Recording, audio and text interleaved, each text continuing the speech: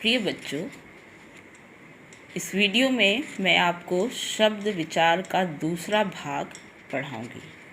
देखिए page number 28। अब हम देखेंगे कि रचना के आधार पर शब्द के क्या प्रकार हैं। रचना के आधार पर शब्द 3 प्रकार के होते हैं। पहला रूढ़ शब्द, दूसरा यौगिक शब्द और तीसरा योगरूढ़ शब्द। रूढ़ शब्द किनको कहा जाता है? जो शब्द परंपरा से किसी विशेष अर्थ में प्रयुक्त हो रहे हैं उन्हें रूढ़ शब्द कहते हैं। इन शब्दों के टुकड़ों का कोई अर्थ नहीं होता है, जैसे पशु, घर आदि। रूढ़ शब्द का मतलब ये हुआ कि ऐसे शब्द होते हैं जिसका अपना एक अर्थ होता है। जैसे जब हम घर शब्द कहते हैं तो हमको पता है कि घर कैसा होता है, किसको घर कहा जाता है। उसी तरह जब हम पशु कहते हैं तो पशु मतलब किसको पशु कहा जाता है। तो ये एक विशेष अर्थ में इन शब्दों का प्रयोग होता है। और जब इन रूढ़ शब्दों को 2 भाग में या टुकड़ों में बांटा जाता है तो उन टुकड़ों का कोई अर्थ नहीं होता है। जैसे पशु शब्द को अगर हम 2 भाग में 2 टुकड़े में बांटते हैं तो प प्लस शु ये बन गया। लेकिन जब हम देखेंगे कि प का क्या अर्थ होता है तो प का कुछ अपना अलग अर्थ नहीं होता है, शु का भी कोई अर्थ नहीं होता है।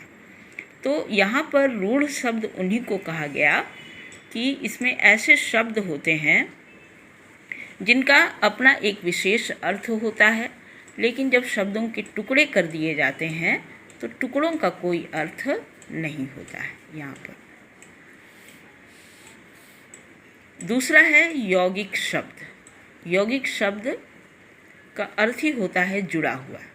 इसमें जो शब्द 2 या 2 से अधिक शब्दों से मिलकर बने हों और जिनका अलग अलग अर्थ भी निकलता हो उसे यौगिक शब्द कहते हैं। यौगिक शब्द में जुड़ा हुआ रहता है। क्या जुड़ा हुआ रहता है? 2 या 2 से अधिक शब्द मिलकर ये बनते हैं, जुड़कर ये बनते हैं। और जब उन जो शब्द जुड़े हुए हैं उनको जब हम अलग अलग करते हैं तो उन अलग अलग किए गए शब्दों का भी अपना अर्थ होता है। जैसे विद्या जोड़ आलय बन गया विद्यालय। तो विद्यालय एक यौगिक शब्द है। ठीक, यौगिक शब्द इसलिए क्योंकि यहाँ 2 शब्द जुड़े हुए हैं और जब इनको हम अलग करते हैं तो शब्दों का अपना अर्थ होता है। विद्या का मतलब आप समझती हैं, आलय मतलब घर होता है। उसी तरह स्नान गृह, स्नान और गृह ये 2 शब्द जुड़कर बना है स्नान गृह। और इन दोनों को जब जो 2 जुड़े हुए हैं इनका अपना अपना एक अर्थ होता है। तो यौगिक शब्द में क्या होता है कि 2 या 2 से अधिक शब्द जुड़कर बनते हैं और जब उनको अलग अलग किया जाता है तो अलग अलग किए जाने पर शब्दों का अपना अर्थ निकलता है। जैसे विद्या और आलय 2 शब्द मिलकर बन गए विद्यालय और जब इनको अलग किया गया तो इनका अपना अपना एक अर्थ होता है। तीसरा है योगरूढ़ शब्द। योगरूढ़ ऐसे यौगिक शब्दों को कहते हैं जो एक विशेष अर्थ में रूढ़ हो गए हों। ठीक है, यहाँ पर योगरूढ़ उसको कहते हैं जो बनावट के हिसाब से यौगिक ही होते हैं, मतलब 2 या 2 से अधिक शब्द उसमें जुड़ते हैं, लेकिन रूढ़ शब्द की तरह उसका अपना एक विशेष अर्थ होता है। जैसे एग्जाम्पल देखिए, पंकज, पंक प्लस ज ये दोनों मिल गए तो हो गया पंकज। इस तरह ये दो शब्द मिले और बन गया पंकज। इस हिसाब से ये बन गया यौगिक शब्द। लेकिन ये जो पंकज शब्द है इसका एक विशेष अर्थ में प्रयोग होता है, और विशेष अर्थ में प्रयोग होने पर ये बन जाता है रूढ़। ठीक है, रूढ़ हो जाता है। पंकज का अर्थ होता है कमल। पंक प्लस ज, पंक मतलब होता है कीचड़, ज मतलब होता है जन्म लेने वाला, कीचड़ में जन्म लेने वाला। तो कीचड़ में जन्म लेने वाला के अर्थ में हम पंकज शब्द का प्रयोग नहीं करते हैं। मतलब यौगिक दृष्टि से अगर देखा जाए तो इसका मतलब हुआ कीचड़ में जन्म लेने वाला, लेकिन इस हिसाब से हम इसका प्रयोग नहीं करते हैं। पंकज शब्द का प्रयोग हम कमल के अर्थ में करते हैं, और इस तरह से ये बन गया रूढ़ शब्द, क्योंकि ये एक विशेष अर्थ में प्रयोग किया जा रहा है। उसी तरह नीलकंठ, नील और कंठ, नील मतलब नीला, कंठ मतलब गला। तो नीला है जिसका गला, ऐसे तो इसका प्रयोग होता नहीं है। नीलकंठ हम किसको कहते हैं?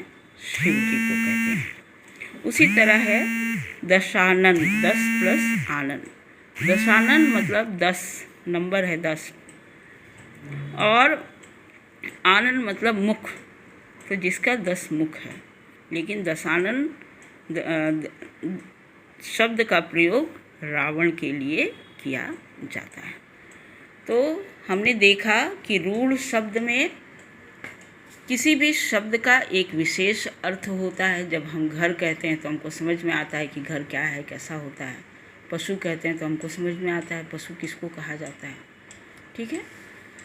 यौगिक में क्या होता है? 2 या 2 से अधिक शब्द साथ में मिलते हैं तो बनता है यौगिक शब्द, और जब उस यौगिक शब्द को टुकड़ा किया जाता है, भाग में बांटा जाता है, तो हर भाग का अपना अर्थ होता है। योगरूढ़ में हमने क्या देखा कि ऐसे तो यह